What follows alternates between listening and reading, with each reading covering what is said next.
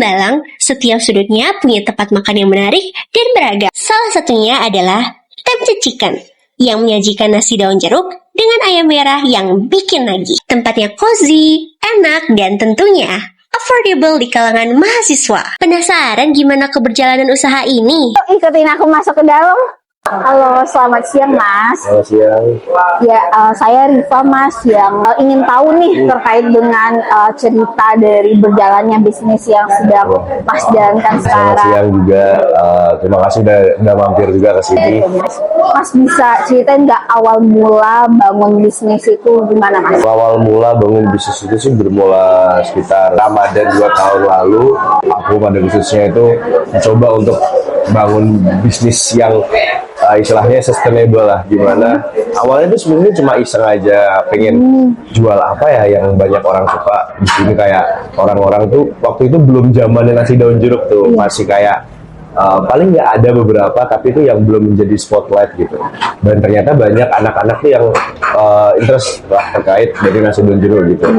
Terus cobalah aku ambil dari highlightnya itu nasi daun jeruk, karena rata-rata di sini highlightnya ayam, saus, dan lain-lain. Nah, belum ada yang tuh nge-highlight kayak nasi gitu di sini. Nah, coba aku highlight nasi, terus mau dikasih ayam apa nih yang cocok combine-nya lah. Yang cuma ya biasa aja, coba aku kasih ayam bumbu merah lah.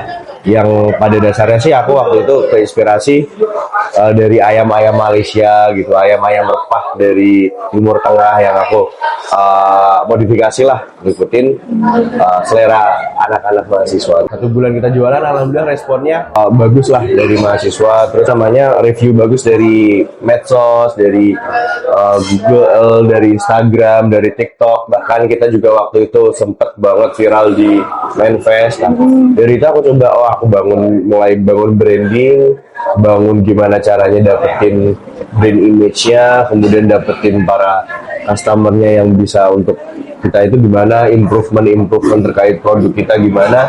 Baru saat itu aku coba untuk buka outlet pertama itu di Gondang. Habis itu sekitar 3 bulan 4 bulan ternyata di sana rame, membludak, banyak yang nggak dapet parkir, kapasitinya sih kan juga gede. Akhirnya cobalah cari ekspansi buat biar anak-anak tuh kalau misalkan mau pada makan di sini bisa ada parkirnya luas, tempatnya besar, terus secara capability buat kita untuk ngasih ke customer itu cepat. Wah, ternyata bisnisnya berawal dari iseng, ternyata menghasilkan cuan yang lumayan ya Mas. Ya, selama Mas bangun bisnis ini tuh pasti ada hal yang berkesan gitu Mas, atau pelajaran atau juga kayak cerita jatuh bangunnya bisnis Mas ini gimana? Awalnya kita buka itu langsung banyak ke kompetitor. Tapi kan namanya juga resep, juga namanya juga strategi bisnis, tiap orang itu beda-beda juga ya. Dengan strategi bisnis saya yang alhamdulillah masuk ke mahasiswa juga, gimana cara waktu itu promosi di awal, kemudian untuk bakar duitnya gimana, muterin uangnya lagi gimana. Ya itu yang mungkin nggak bisa nyamain dari kompetitor yang coba waktu itu ngambil merek kita lah misalnya. Dan banyak juga yang buzzer-buzzer hujatan dari ngikutin kompetitor lain. Ya itu lagi jadi pelajaran, dan kita juga treatment gimana untuk memperbaiki semuanya. Itu awal sempat down, banyak ada penjualan sempat turun, tapi ya itu namanya yang siapa yang kuat, siapa yang bisa menang Mas gitu. mengatasinya, cara Mas untuk recovery lagi itu gimana Mas? Ini dengan kita kasih promo-promo ke customer, terus kita adain campaign lah terkait awareness mereka terhadap produk kita, terhadap merek kita juga. Kemudian kita kasih reward lah buat pelanggan yang setia kita, kayak dari loyalty card, kemudian dari voucher diskon dan lain. Kita juga coba improvement dan juga coba panggil ya istilahnya content creator yang bisa mengenalin produk kita lah. Ini untuk satu porsinya itu kisaran harga berapa? 11.000 udah dapat komplit, dari ayam, dari nasi daun jeruk, ada sambal, ada kailan, itu bisa ya. Tapi kalau yang mau upgrade lagi kayak di paha bawah, di paha atas itu nggak jauh beda, sudah ada 13-14.000. Kalau boleh tahu nih Mas, terkait dengan omsetnya, itu dalam 1 bulan kira-kira berapa? Omset harian kita tuh di antara sekitar 7-9 juta. Iya, ini Mas strategi dalam bisnisnya gimana gitu Mas? Terus juga pesan-kesan untuk kita nih mahasiswa-mahasiswa yang mau mulai bisnis, khususnya bisnis di makanan. Pertama kita harus tentuin dulu minat kita di mana.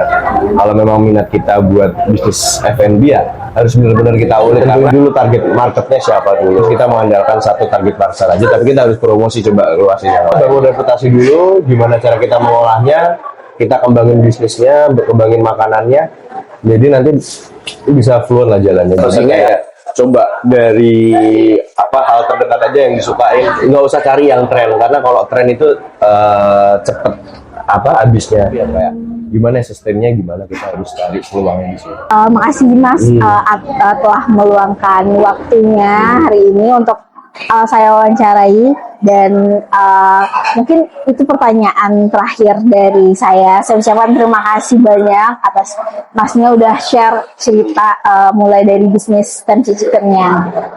Ya, terima kasih juga.